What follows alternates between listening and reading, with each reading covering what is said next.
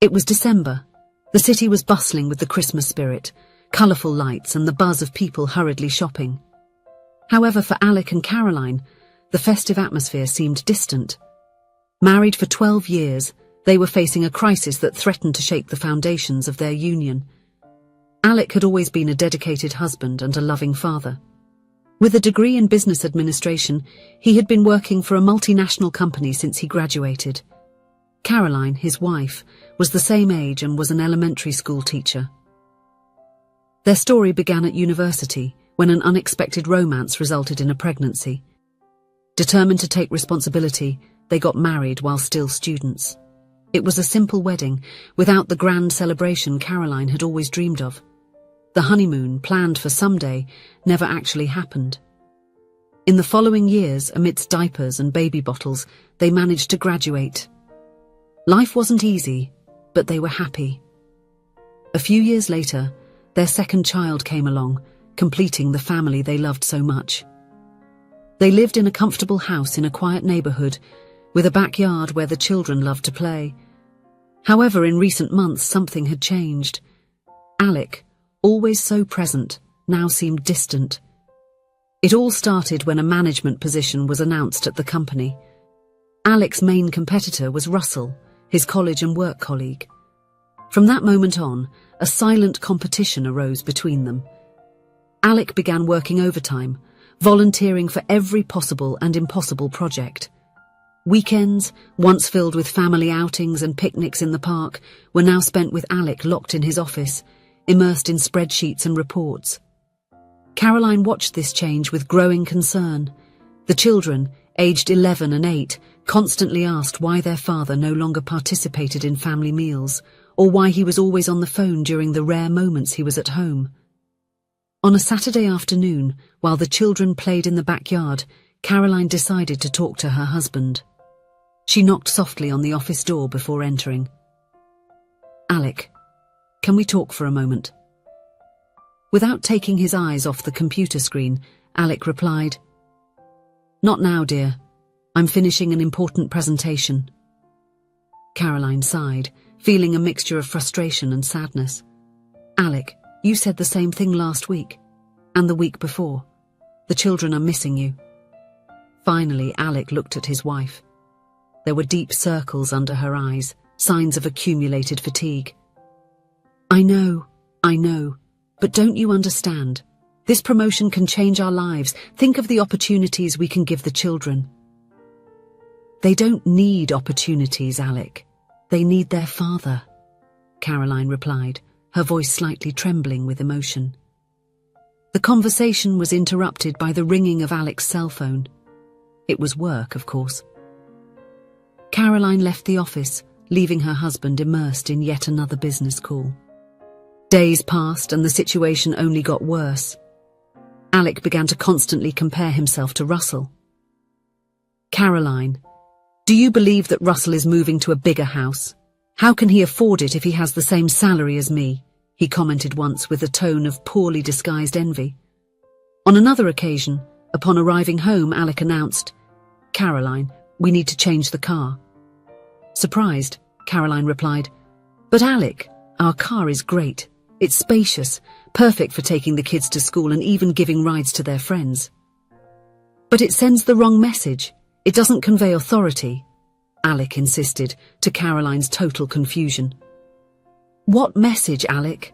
Our car needs to safely transport our family, not send any message," she argued, beginning to understand what was behind that sudden need for change. Days later, she discovered that Russell had bought a sports car. Christmas was approaching, and with it, the family traditions that had always been so important to everyone. Setting up the Christmas tree, usually an event full of laughter and joy, with the children helping to hang the ornaments, was a sad moment this year. Alec was absent, busy with yet another project he had voluntarily taken on. Caroline watched the disappointed faces of the children as they decorated the tree. "Where's Dad?" asked the daughter, her small voice full of sadness. "He's working, dear, but I'm sure he would love to be here," Caroline replied, trying to sound convincing but failing even to her own ears. That night, after the children went to bed, Caroline confronted Alec again. You missed the Christmas tree assembly, Alec. The kids were devastated. Alec, looking genuinely sorry, promised to make it up to them. I'll make an effort to be more present, Caroline. How about we go out for dinner tomorrow night? Just the two of us? At your favourite restaurant? Caroline hesitated, but eventually agreed. Maybe it was a chance to reconnect with her husband, to make him see how much his absence was affecting the family. The next day, Caroline got ready for dinner. She chose a blue dress that Alec always complimented, did her hair, even put on some light makeup, and wore her favourite perfume. She was ready and excited when the phone rang. Dear, I got stuck here at work and I'll be late for our dinner. Take a taxi to the restaurant and I'll meet you there. Alec's rushed voice sounded on the other end of the line. With a sigh of resignation, Caroline did as suggested. At the restaurant, she sat at the reserved table and decided to wait for her husband before ordering. The minutes dragged on, and there was still no sign of Alec. After an hour of waiting, the restaurant manager approached with an apologetic expression. Ma'am, I'm sorry, but if you are not going to order, we need to ask you to vacate the table. We are at full capacity and unfortunately, this table has a reservation for the next few minutes. I'm really sorry, he said, trying to be as polite as possible. With a heavy heart, Caroline stood up and walked towards the exit. She was about to call for a taxi when Alec arrived, breathless and dishevelled. Hi, my love. Sorry for the delay. It's just that... He began to explain, but Caroline interrupted him. You don't need to say anything else, Alec. We've already lost our reservation at the restaurant and I already know you had to stay for another meeting, she said, trying to control her tone so as not to draw the attention of those around. You seem to dislike that I work to provide the best for you and our children. You knew that Russell's kids are studying at an international school and... Alec started but was interrupted again. Always Russell, Caroline said, exasperated. Alec, our children don't need a new school. They need their father. We don't need to move house. We love our neighbourhood. We don't need a new car or anything else. We need you, Alec. We need you at the school presentations, at the soccer matches, in setting up the Christmas tree. Alec's frustration exploded at that moment. You seem like you're never satisfied, Caroline. Don't you understand that I need to work hard to get to the top? You would never understand, he said harshly. Then, without thinking, he added the words he would later bitterly regret. You almost ruined my future when you got pregnant while we were still at university. The silence that followed was deafening. Caroline looked at her husband as if seeing him for the first time, shocked by the cruelty of those words. In that tense moment, they were interrupted by an unusual figure, a man dressed in a cheap Santa Claus costume, carrying a bucket full of roses. A rose for a couple in love? Hey, boss, how about buying a rose for your wife? The man asked, smiling beneath the fake beard. Alec, still nervous from the argument, replied rudely, Get out of here, you bum. Don't you see you're interrupting? Caroline looked at her husband, horrified by his behaviour. Alec, look at yourself mistreating people on the street. I can hardly recognise you. You've lost your way. Our family needs Alec, but the old one, not this person you've become. With tears in her eyes, Caroline got into the family car that the valet had just brought around. She took the wheel and drove off, leaving Alec alone on the sidewalk. Alec stood there, stunned by what had just happened. It was then that he realised he was without his wallet, which he had left in the car, and his phone was out of battery. Unable to call a taxi or even catch a bus, he decided to walk home, a journey of approximately 1 hour. As he walked through the streets illuminated by Christmas decorations, Alec reflected on the argument with Caroline. Despite being lost in his thoughts, he immediately noticed that someone was following him. Looking back, he saw that it was the same man dressed as Santa Claus who had tried to sell him flowers earlier. Are you following me? I'm not interested in buying anything, said Alec, still annoyed. The man smiled kindly. I'm not following you, sir. I'm just walking home. This is my way. The man's friendliness disarmed Alec. Hey, I'm sorry for my rudeness. I was nervous because of my wife, he apologised. Santa Claus accepted the apology with a peaceful nod. Alec, initially hesitant, soon realized that the company of that unknown and unusual man was oddly comforting. As they walked side by side through streets decorated with Christmas lights, Alec began to vent, without even realizing how much he was talking. He talked about the pressure to surpass Russell, the constant comparison he made between his achievements and those of his colleague, and how it had slowly taken over his life, distancing him from his family. The man in the Santa Claus costume listened patiently, without interrupting, only nodding silently. When Alec finally paused, perhaps expecting some comment or judgment, the man sighed deeply and adjusted his red hat before removing it. You know, wearing this outfit and selling flowers wasn't exactly what I had imagined for myself. There was a time when I had a stable job. I was a sales manager at a large company, led a dedicated team, and was part of something that filled me with pride. But then, something changed. A young, energetic employee began to stand out. He was good, maybe even better than me at some things, and it wasn't long before praises for him started coming in.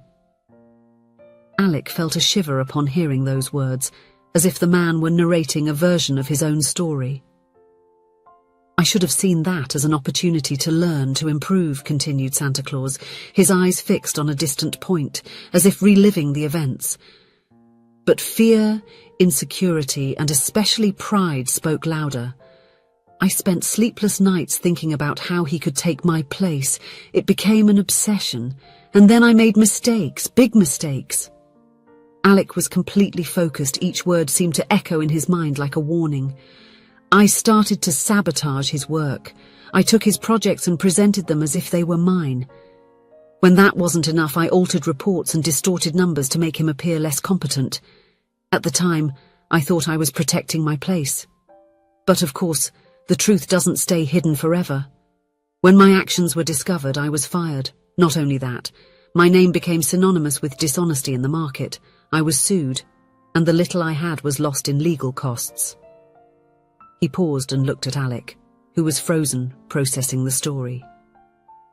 My wife couldn't handle what I had become. She left, and I, who had everything to have a decent and happy life, was left with nothing. Today I sell flowers because that's what's left, but I do it with honesty.